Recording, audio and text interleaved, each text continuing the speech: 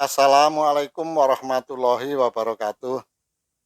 Saudara-saudara sekalian yang dirahmati Allah, bicara masalah makan dan minum. Ini merupakan kebutuhan dasar makhluk hidup, khususnya manusia. Manusia memerlukan makan, memerlukan minum untuk pertumbuhannya, untuk metabolismenya, untuk menjaga kesehatannya, untuk mencapai prestasinya. Semuanya butuh makan dan minum. Karena ini memang penting. Begitu pentingnya makan dan minum itu sehingga diatur di dalam firman Allah dalam surat Al-Baqarah ayat 168. Wahai manusia, boleh makan apa saja di muka bumi ini asal halal dan toyib, atau halal dan baik, asal tidak mengikuti anjuran setan, karena setan adalah musuh nyata bagimu. Di situ disebutkan bahwa kita boleh makan apa saja, seakan-akan bebas, tetapi juga ditunjukkan di dalam hadis bahwa manusia boleh makan, tetapi makanlah apabila lapar dan selesaikanlah makanmu sebelum kenyang. Ini merupakan batasan. Artinya adalah makan itu memang penting, tetapi kalau melebihi batas menjadi tidak baik bagi kesehatan kita. Banyak contoh-contoh yang terlalu banyak makan menjadikan masalah dalam kesehatannya. Ada yang obesitas, ada yang menjadi sumber penyakit seperti hipertensi, insomnia, menjadi jantung, menjadi ginjal, dan sebagainya. Dalam beberapa klien saya juga datang dengan keluhan, dan setelah saya perhatikan, banyak yang disebabkan karena pola makannya, karena cara makannya yang tidak pas. Oleh karena itu, pada kesempatan ini, saya akan berbagi pengalaman bagaimana sebaiknya orang itu menyiasati makan ini. Makan dan minum itu sesuai dengan kodratnya, karena itu adalah kodratullah, kita harus makan.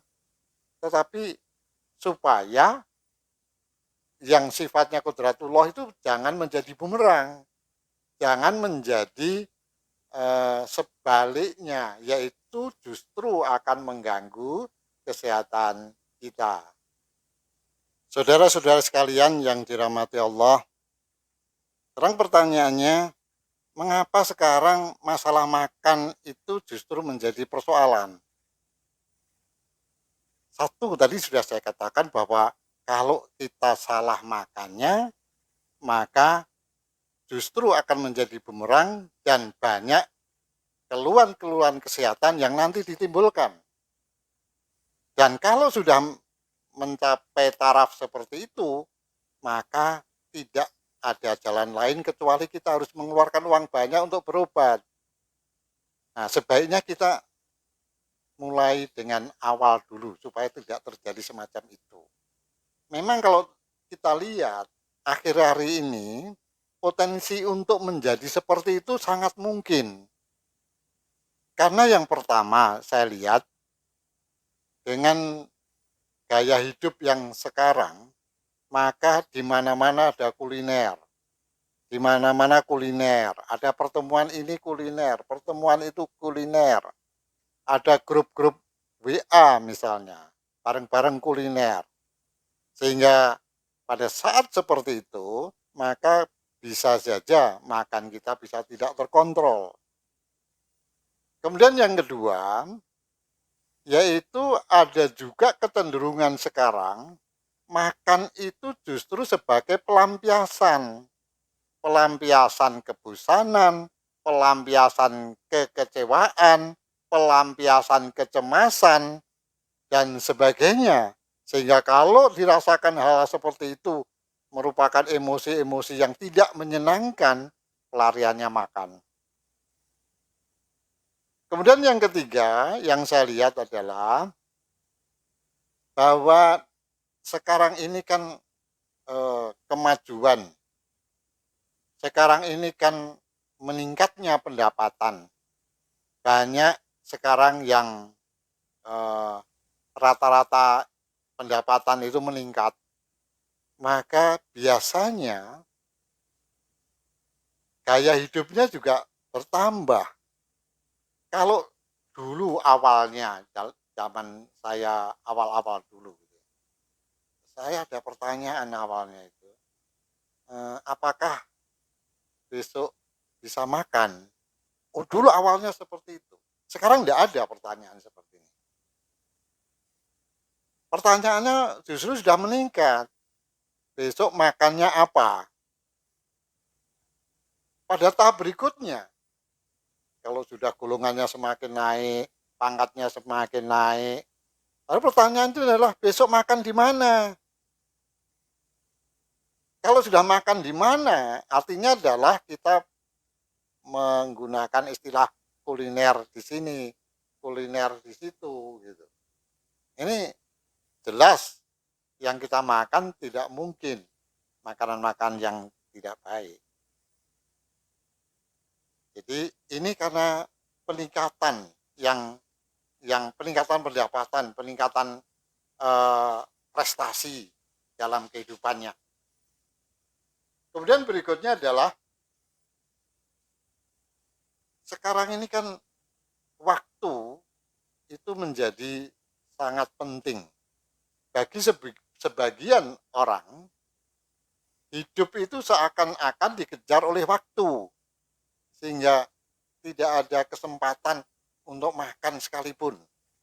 Oleh karena itu juga makan tuh bisa sambil saja, makan sambil jalan, makan sambil di mobil, makan sambil diskusi, makan sambil apa saja karena waktunya terbatas. Nah, karena makan yang tidak fokus ini, maka memungkinkan di dalam kita memilih makanan, di dalam kita mengetahui jumlah makan seberapa, itu juga kita tidak fokus juga.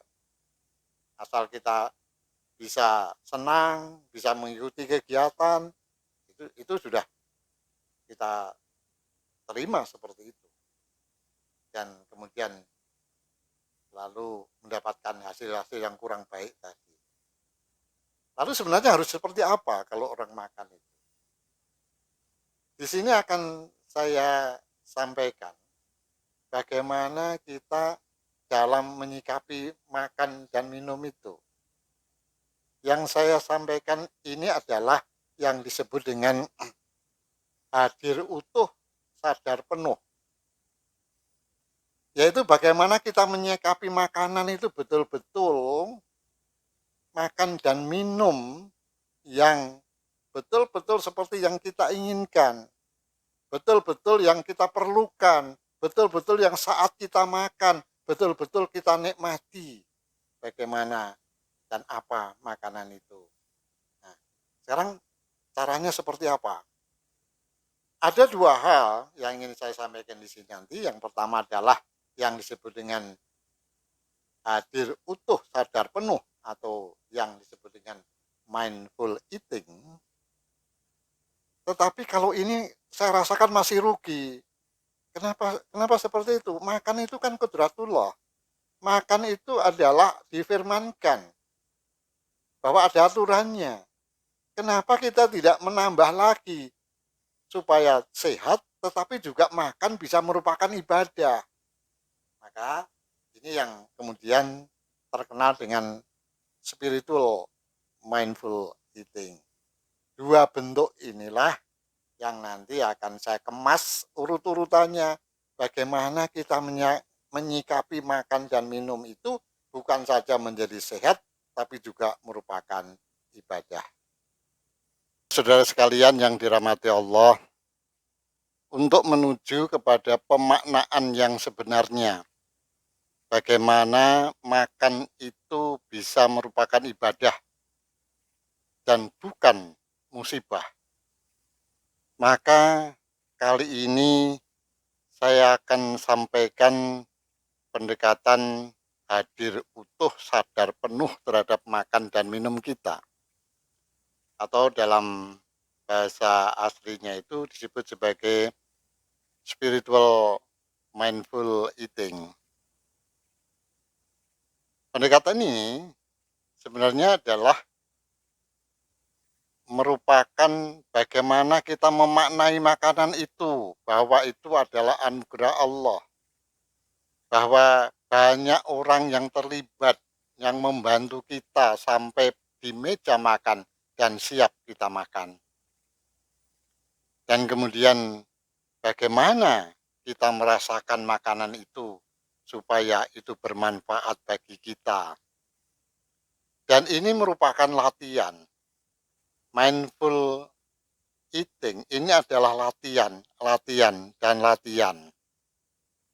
Semakin banyak kita latihan dan semakin kita menguatkan diri untuk latihan itu, maka semakin dekat apa yang kita maksudkan, bahwa makan adalah ibadah, bukan musibah. Tahapan latihan-latihan itu antara lain adalah sebagai berikut. Yang pertama, pada saat kita sudah siap untuk makan, maka kemudian kita duduk di depan atau duduk di meja makan. Kita siap di meja makan itu. Kalau kita datang siap di situ, kemudian kita pandangi sebentar apa yang ada di situ, kemudian timbulkan rasa cinta kasih kepada seluruh apa yang ada di situ. Orang-orang di sekitar itu, makanan apapun yang tersedia di situ. Berikan greeting, salam. Assalamualaikum warahmatullahi wabarakatuh. Berikan maknanya. Maknanya diresapi bahwa kita itu berdoa untuk keselamatan, keberkahan, rahmat kepada yang kita hadapi. Kemudian kalau kita sudah siap, kita juga berdoa untuk makan itu. Apapun doa kita, yang penting adalah bagaimana bahwa makanan itu adalah anugerah dari Allah SWT, dan itu mudah-mudahan kita mendapatkan berkah. Bismillahirrahmanirrahim. Allahumma barik lana bima rozaktana wa qina adzabannar. Ya Allah, berkailah makanan, minuman yang Engkau anugerahkan. Ini yang penting. Ini yang penting kita maknai, artinya apa itu. Kalau sudah, maka langkah berikutnya adalah kita sudah berdoa begitu. Kemudian langkah berdoa adalah kita juga menanyakan pada diri kita. Sebenarnya kita itu sudah lapar benar apa tidak? Perut kita itu sudah memerlukan makanan betul apa tidak? Kalau memang kita itu memang lapar, kita bisa tes misalnya. Kita coba minum dengan segelas air putih. Kalau misalnya kita masih merasa lapar, ya itu memang kita betul-betul lapar. Tapi kalau kita minum, perut kita sudah penuh, sudah kenyang, berarti memang kita tidak butuh makan. Karena syaratnya makan itu sebenarnya adalah makanlah pada waktu lapar. Itu tuntunan agama. Sedangkan secara teknis, kalau kita belum merasa lapar, tubuh kita belum memerlukan itu. Nah, kemudian kalau memang kita sudah merasakan lapar itu, ya kita merasakan, kita mengunyah makanan itu. Masukkan dalam mulut kemudian kunyah. Resapi makanan itu, rasakan bahwa ini betul-betul anugerah.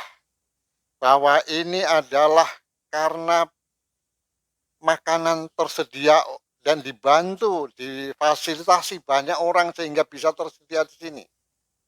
Dengan demikian maka makanan kita itu terasa nikmat. Nikmatnya lebih karena kita menghargai makanan itu dan juga menghargai siapa yang sudah berbuat baik pada kita. Ini yang penting saya kira. Ini pemaknaannya bahwa makanan itu sarana kita berterima kasih pertama kepada Allah dan juga kepada siapapun yang telah membantu kita. Nah, dengan begitu nanti lama-lama tubuh kita juga akan merasakan, oh sekarang kita sudah lapar, oh sekarang kita sudah mulai kenyang. Dari waktu ke waktu selama kita mengunyah, kita seakan-akan berkomunikasi pada diri kita sudah mulai kenyang apa belum. Karena kalau kita sudah kenyang saja, itu sebenarnya sudah terlambat. Makanya sebaiknya kita selesai makan sebelum kenyang. Kemudian juga dengan cara semacam itu, maka kita akan mengunyah pelan-pelan dengan merasakan itu. Seperti pada waktu pelajaran dulu, kita harus mengunyah 32 kali sebelum ditelan.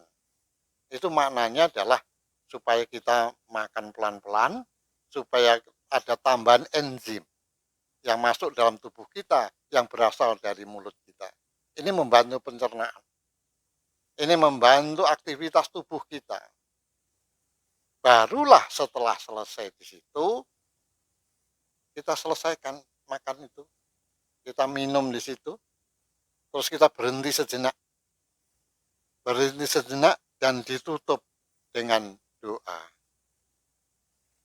Saudara-saudara sekalian yang dirahmati Allah, jadi setelah kita menyelesaikan makan kita, kemudian kita tutup dengan doa setelah kita mendapatkan ketenangan dari situ. Doa boleh bahasa apa saja. Misalnya saja kalau kita doa seperti tadi ya, Bismillahirrahmanirrahim, Alhamdulilladzi at'amanu wa sakona wa aj'alana minal muslimin. Segala puji bagi Allah yang telah memberikan kepada kami makan dan minum, dan sekarang saya masih tetap sebagai muslim. Saya kira dengan demikian, maka lengkaplah yang tadi urut-urutan bagaimana kita mau makan dengan spiritual mindful eating. Dengan demikian maka secara teknis kita akan menjadi sehat dan saat itu juga kita juga ibadah dan kita akan mendapatkan keselamatan dunia karena kita terhindar dari makan makanan yang berlebihan, obesitas, penyakit-penyakit dan sebagainya yang akan mengurangi kebahagiaan kita dan juga insya Allah keselamatan di akhirat. Lebih kurangnya mohon maaf. Billahi taufik wal hidayah. Wassalamualaikum warahmatullahi wabarakatuh.